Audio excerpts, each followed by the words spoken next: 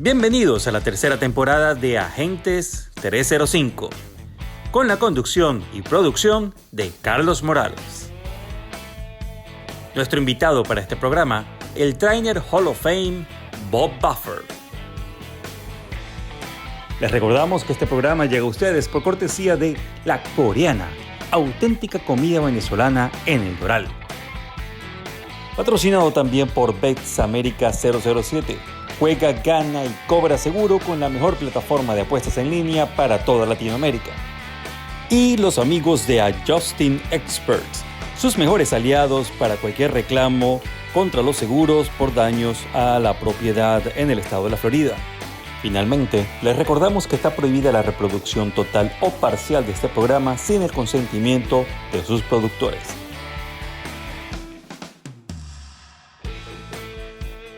Buenas tardes, buenas noches, buenos días. Gracias por conectarte donde quiera que estés. Quien les habla, Carlos Morales, productor del programa y ahora a cargo de la conducción de Agentes 305. Quiero aprovechar esta oportunidad para hacer una breve introducción antes de comenzar el programa. Agentes 305 comienza en noviembre del 2019 de la mano de mi persona como productor y tres grandes talentos venezolanos: Ari Carmen Fariña, Pascual Artiles y José Francisco Rivera. A los tres quiero agradecerles públicamente su esfuerzo, su talento, su profesionalismo y todo lo que de una u otra manera entregaron para este lindo y hermoso proyecto llamado Agentes 305. Cada uno de ellos ahorita con sus proyectos personales. Deseo no solo agradecerles, sino también desearles el mayor éxito del mundo. Las puertas de Agentes 305 siempre estarán abiertas para ustedes. Gracias, éxitos, felicidad y mucha salud en los tiempos que estamos viviendo. Ahora sí, el programa con Bob Baffert y muchísimo más de Agentes 305 por aquí, por el canal del hipismo en Venezuela y a nivel internacional. Amigos invisibles, muy buenas tardes, sean todos y todas bienvenidos a una nueva edición de Agentes 305, aquí en su programa, quien les da la bienvenida, Carlos Morales, y hoy contamos con un invitado de lujo internacional, el entrenador Hall de la Fama, Bob Baffert. Bob Baffert, thank you very much for having us in the show today. How do you feel? How are you ready for the getting ready for the Breeders' Cup? Well, we're ready. All my horses, they had their last breezes, their works before the race, and everything went really well.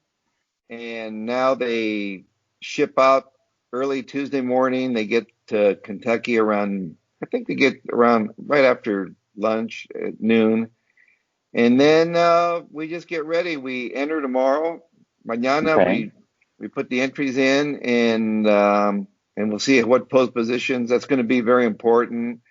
And once you get post position, Carlos, then you start figuring out a game plan, what your jockeys, I'll get them together and we'll talk about, and they see it too. They as a jockey and as a trainer, we know what horses and how jockeys think and other trainers, so you have an idea of all the, what's going to happen. I'm pretty sure you're presenting 6 different contenders this year. Obviously, the top 3 are in the Breeders' Cup Classic. How are those 3 horses doing? I know the final workouts were amazing for the 3 of them. So how comfortable do you feel with the horses towards this race? Well, I mean, they're horses, Carlos, that, on paper, they're really good. They're top horses. I feel really strong coming in here. There's some other good horses in the race, but my 3 guys, they're pretty chingones, whatever you call it. But it's one of those things where we feel, the workouts, all they tell you is that, are they still healthy? Just because if they work fast, that doesn't mean anything. What it means is that, how did they look on the track? Were they moving well? Did they look healthy? They're not moving short. They don't look tired. And they work very well. They're really fit horses. I'm just maintaining them with these breezes. as you see. So, time really doesn't matter. It's how they did it. And they couldn't have worked any better. So I'm pretty happy with the way they're coming in.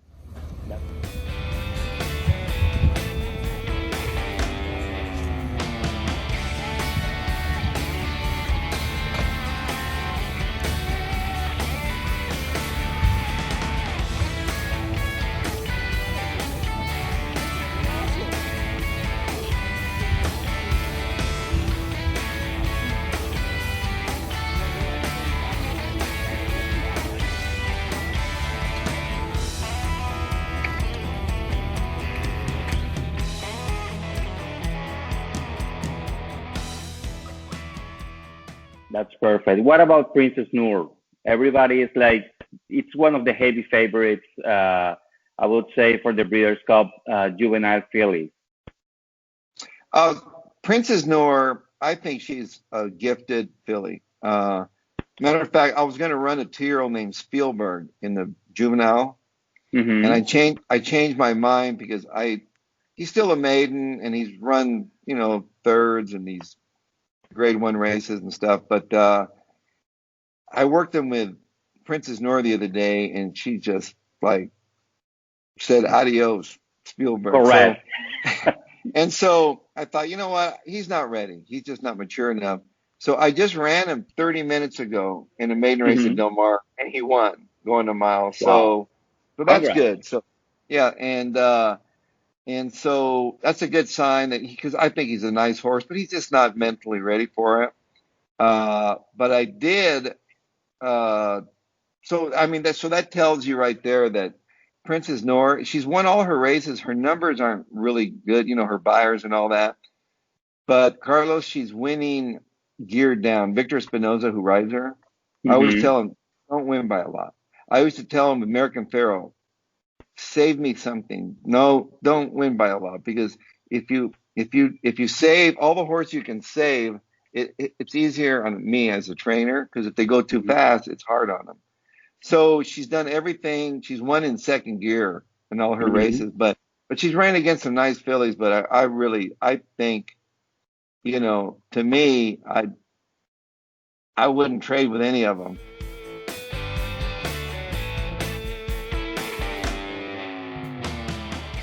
No, that's great. And what about Gamine? Gamine is a really great filly. She's had some bad luck here with some in her races here where she's unfortunately tested positive for contamination, and well, the last one wasn't, but it's just stupid stuff, and nothing that was happens. It happens. But she going one turn, Carlos, she's a freaky animal. Two turns, she's not as for some reason 2 turns. She's not as and a lot of horses are that way. They go that second turn and they don't have that punch. But going one turn, she is just like what we saw her do in New York was incredible. I mean, her race and her 2 worst races were when I ran her 2 turns. She barely won. She got beat in the Oaks, but you could tell she was having trouble. But going one turn in the Acorn, I didn't expect that. I knew she could win, but I didn't think she was going to just destroy the field. And so, and then the test, I knew, the test, we knew she won that, and she's never had to run really fast early, because they'll be running really fast. But, some horses go 21-3, 21-4, but they're being asked to do it. She could go 21-4 galloping. You know what I mean? Wow. Yeah, that's the difference with her. She can go 22. She can, and so she's just she's so gifted. But I really the filly of Tom Amos's filly in there. She's going to be tough. She's a good filly, and there's speed horses in there. But I think the draw, Carlos, is going to be very important, where she draws and who's next to her and all that.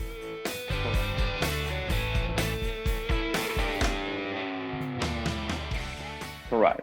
And what about Classier? What makes you, he's unbeaten with just 1 race. What makes you think like let's give it a shot. Well, I was going to go with Spielberg, and I was on the Mm-hmm. I was on the edge. I was I don't know whether, and I ran Classier, and actually Classier's had a lot of work, so he should have run probably if I had 2 outs in him, it'd be perfect. Mm-hmm. But the thing is about it is that it's I just feel that when he won, when I saw the horse turn for home, I knew right there Spielberg is not going to go to the Breeders' Cup. This guy just took his spot. But I wanted to see how he came out of it. I Mm-hmm. pre-entered him just in case there's some of the a lot of times things can happen in 2 weeks. Horses Correct.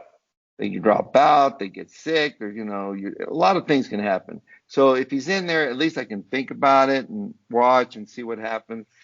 And I breathed him today, and I was looking for an excuse, maybe not to run him, Mm-hmm. and see how he comes out of it. And he looked good, and so he's a big, beautiful horse.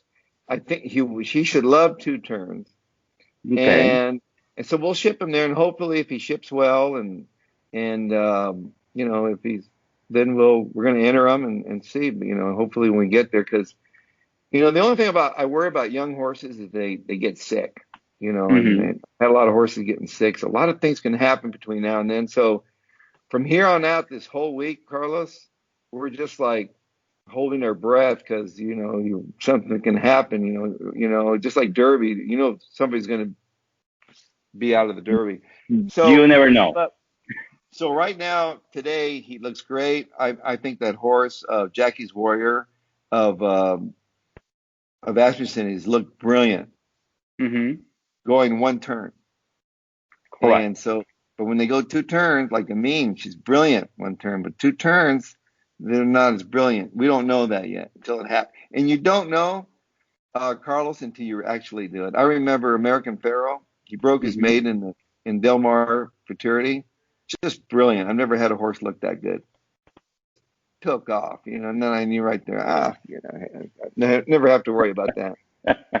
That's Agentes great. 305 llega a ustedes por cortesía de Bets America 007, con las carreras de caballo en los mejores hipódromos del mundo y la mayor variedad de apuestas ofrecidas, ganadores, exóticas, marcas, puestos, macuare, polla hípica y muchísimo más.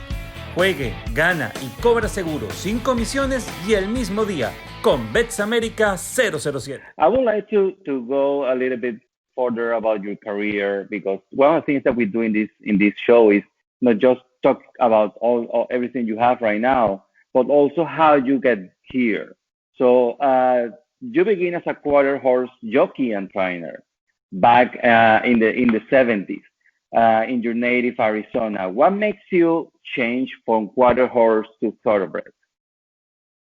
Well, I grew up on a ranch in Nogales, Arizona, or as we say, Nogales. Yes. And I learned to speak Spanish because I lived on the border, and if you don't know Spanish, Mm-hmm. then you're not gonna get very far in Nogales. And Correct. so and I have a lot of relatives. My grandfather, he was from Spain, and he had businesses in Mexico, and everybody spoke Spanish. Every time my mother would talk to her sister, they spoke Spanish. So you learn Spanish. And Mm-hmm. so unfortunately, I've lost a lot of my Spanish because it's a language. I'm more like I've been in America. Been in California. I say pero por why. That's my Spanish now. But but I was very lucky to learn Spanish at a young age, and but we grew up on a ranch. We had cattle, and then we had chickens, and then we were in the egg business. And then my father bought a couple of horses, mares, and he bred them. And somebody says, "Hey, you know what? If you breed it to a running quarter horse, maybe you'll get a racehorse." So he did Mm-hmm. that. And his first horse, he got it. And he sent it to some trainer in Texas, and it won a race down in Bahia Downs, or I remember down in next to Laredo, Texas. I mean, Laredo, Texas. They pump air and sunlight to Laredo. It's so far away. Mm-hmm. And so we and that's how my father got the bug, and I was just a little boy. I didn't know. And when I turned about 11, 12 years old, I started going to the races with him. He'd go to the races, Okay. and I would tag along. And I didn't, I just tagged along and just Having listened to fun. having Mm-hmm. fun, just watching the horses. And pretty soon you start liking horses and race horses and you get into it. And by the time I was 13, I thought, well, you know what? I want to, maybe I can, my father said, maybe I should do it myself. And I started riding more and he got an ex-race horse brought to the ranch and he gave me the horse and I rode it. And so then I thought when I was 14, I thought, well, maybe I can be a jockey. I want to be a Mm-hmm. jockey. It's cool, like I'll be a Correct. jockey and so, and I was little, and all of a sudden I grew. I grew when I turned 15, all of a sudden I shot up about 3. I didn't want to grow. I wanted to be little, and so, and I was trying to put weight on and stuff because I was really light. And then all of a sudden I was getting too heavy. I tried that, I exercised and this, and I won some races, but I realized I was too big, I was too heavy, but I wasn't really that good. You know, Okay. I won 25 races. They were Well, that's exciting, great. Yeah. but quarter horses, you just hold on to the gate and, go Correct. 350, there wasn't enough time for me to really think it out.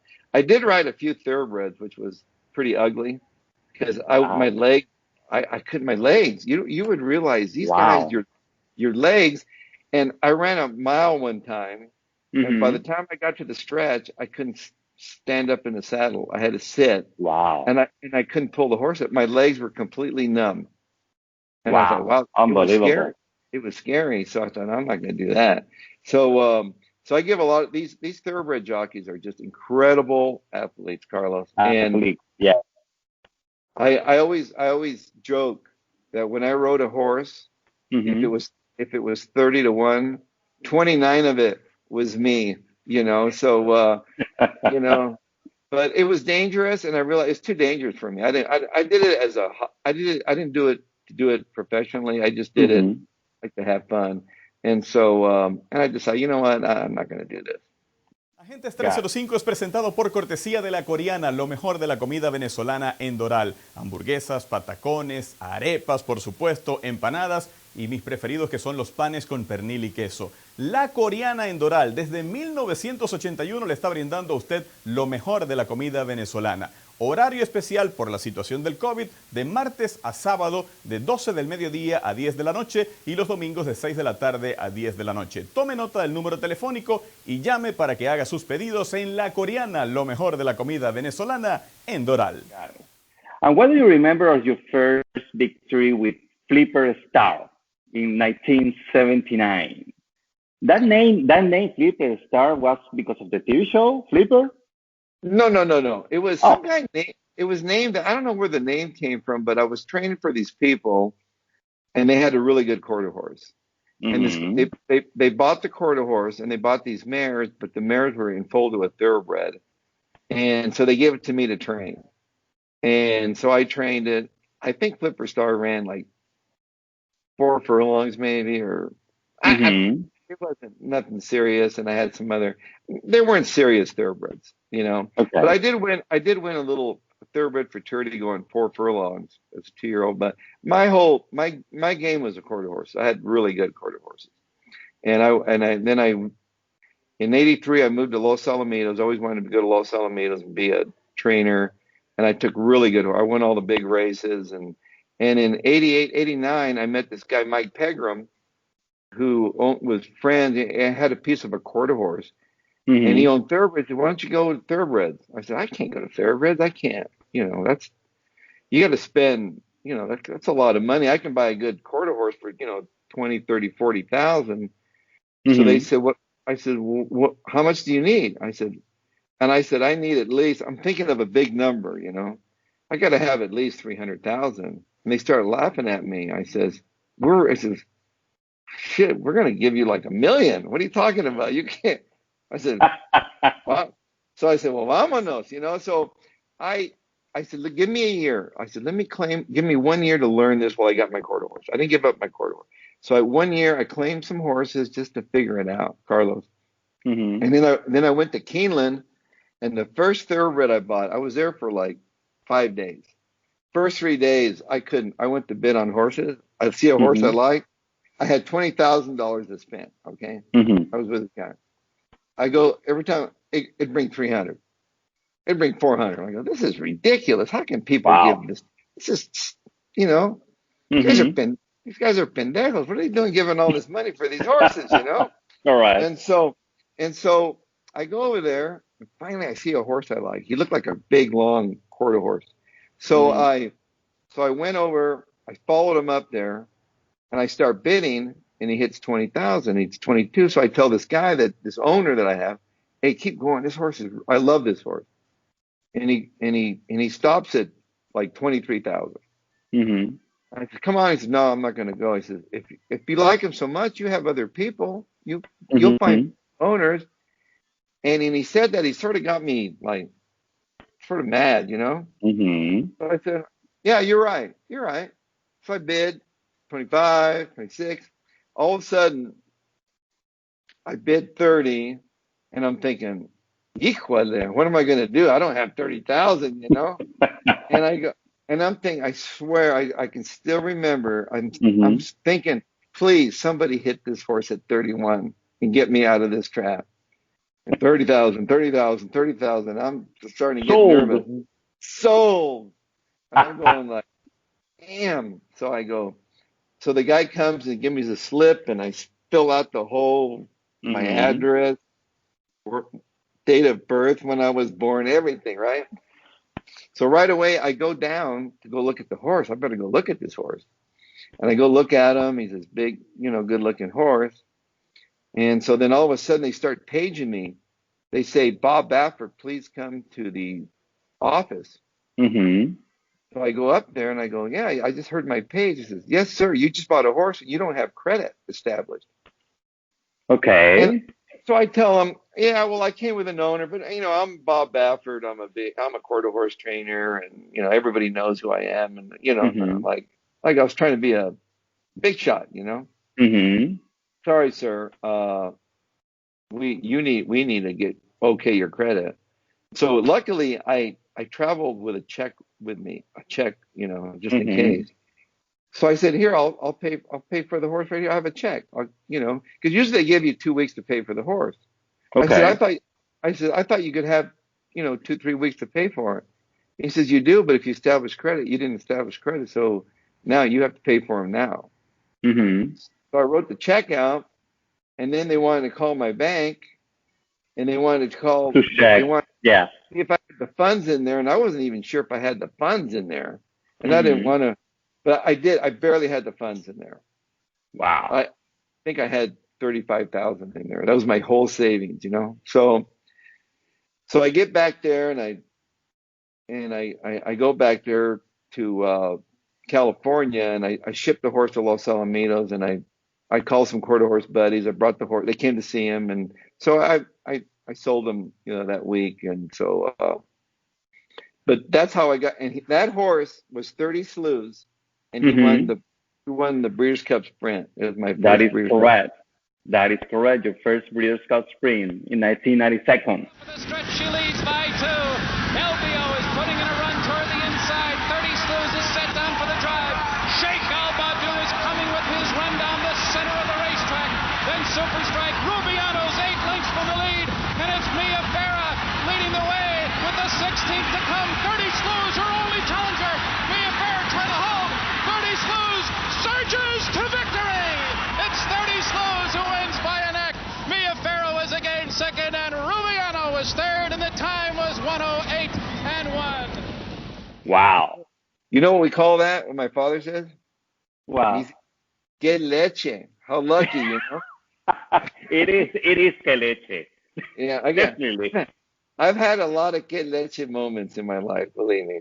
Agentes 305 es presentado por cortesía de Adjusting Experts. Adjusting Experts es una empresa que representa a propietarios residenciales y comerciales en caso de algún daño en la propiedad. Adjusting Experts le asiste en su reclamo en todo el estado Florida. Daño a su propiedad por fuego, huracán, plomería u otra causa, su empresa de seguros se negó a pagar o quiere pagar muy poco por el daño en su propiedad, entonces llame a Adjusting Experts. Y algo muy importante, si la empresa de seguro no paga, usted no tiene que pagar honorarios profesionales. Llame al número que aparece en pantalla o también puede visitar adjustingexperts.com. No, and you have such amazing victories and moments. I agree. I agree on that one. You were 3 times almost Triple Crown winner with Silver Charm, which I was a huge fan of Silver Charm, Real Quiet, War Emblem. And then you hit it twice with American Pharaoh and Justify. I assume that's American Pharaoh, right? The one that is in the back. That's American Pharaoh right there. Yeah, he's my favorite all-time horse. Silver Charm used to be my favorite, but American Pharaoh won me over. Not only was he a great horse, but he was a really kind, sweet horse. You could go up, you could put a child in his stall, he wouldn't bother it. For my other horses, Justify and like Arrogate, the other great, they're tough. They don't. They're just they're stallions. But Pharaoh was so special, and he made people feel so good that when he won the Triple Crown, he made anybody that was watching it. I've had people come up to me. I said, "You don't know me, Mr. Baffert, but your horse made me feel so good when he won that." People love great animal stories. Definitely. And so when he won, it was a to me, I was involved in history, which was exciting. My family was there. Unfortunately, my parents, they weren't alive. They'd passed a few years before.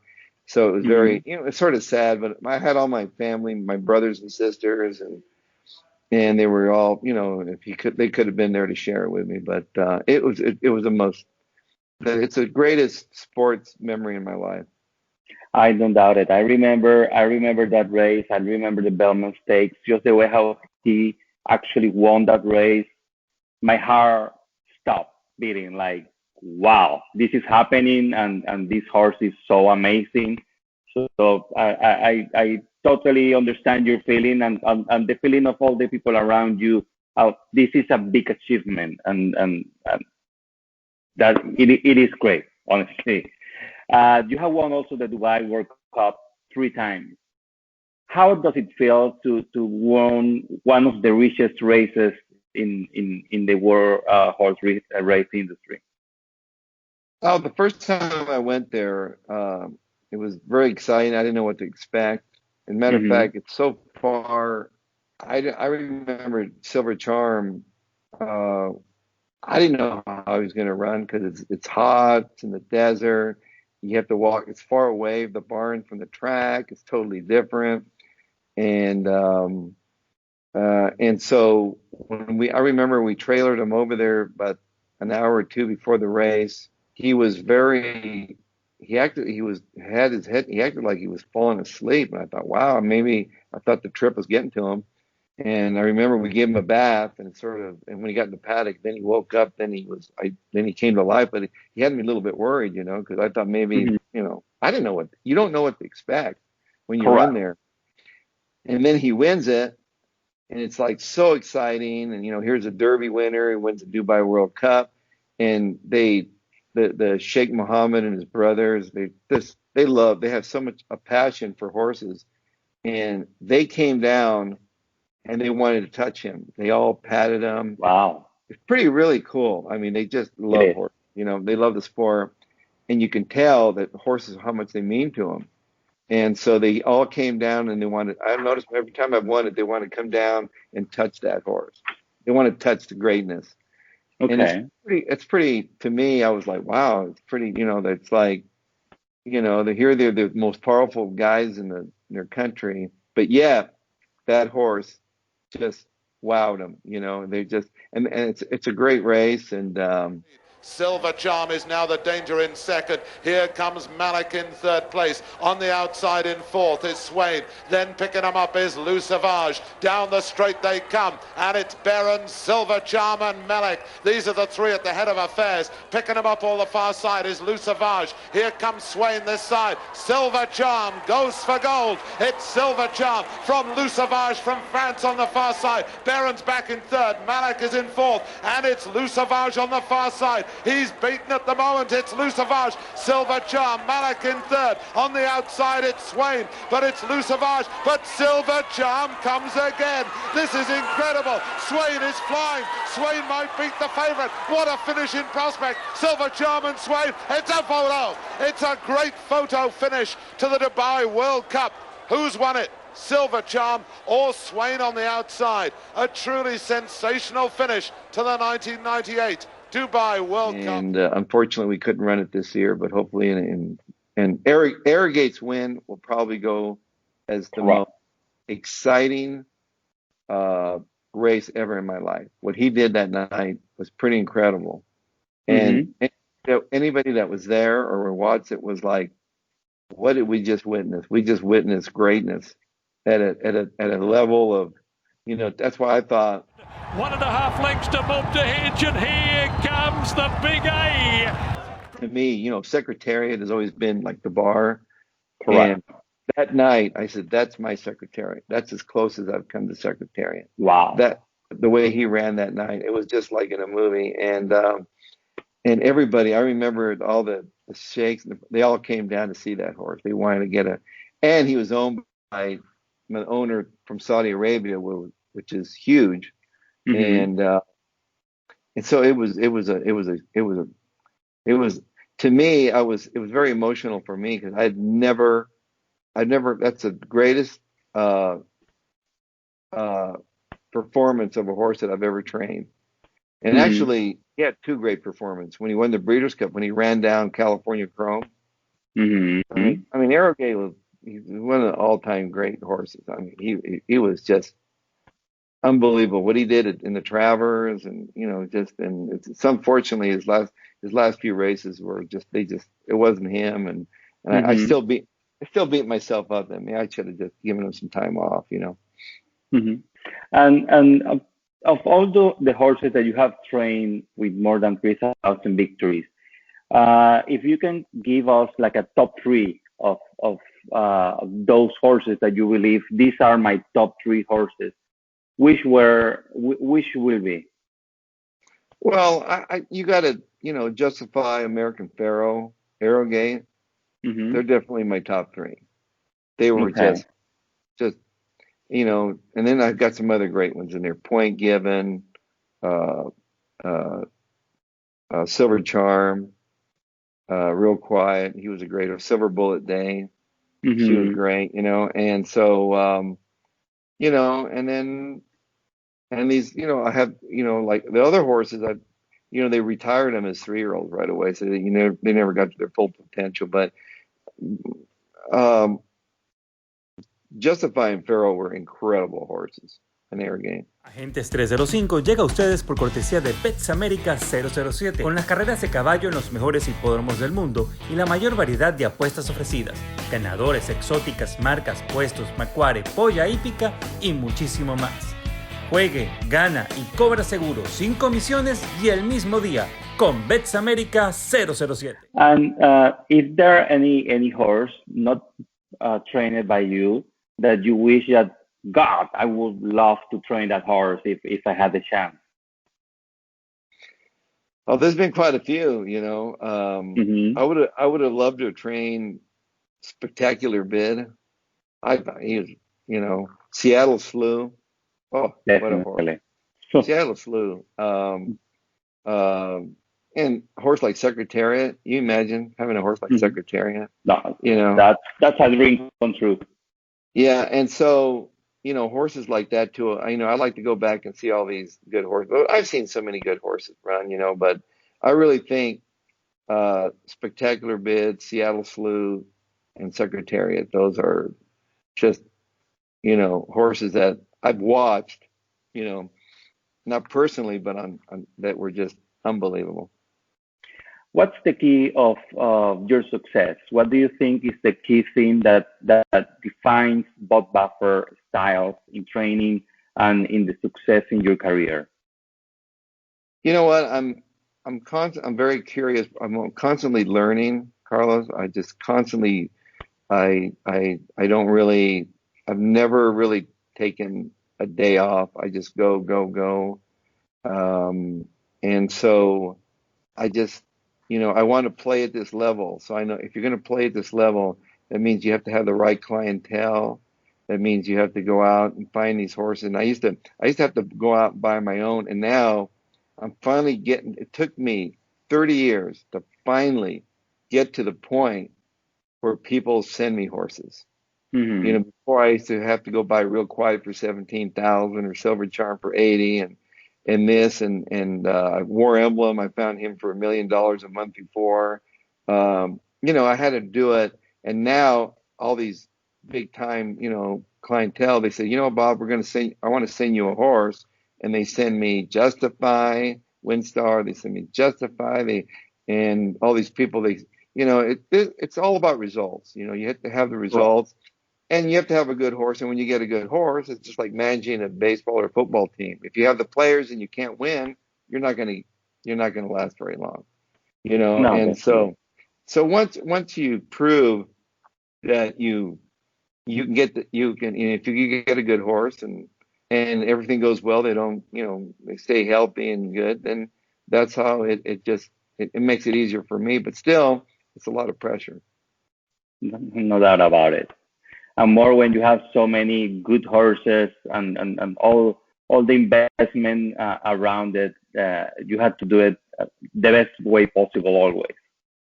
Yeah, it's not easy, but I don't, it's something. There's a lot of responsibility involved with it, Mm-hmm. and you're responsible for the horses and everything around it, and at the same time, I'm an ambassador for Thoroughbred racing, and I want it to be positive. I love my sport, and I want, I don't want it to go away. We're constantly getting knocked and this and that, and Mm-hmm. actually they're betting more on horses than they've ever bet on before. Because that is correct. And so we, I want to be better. I'm a trainer.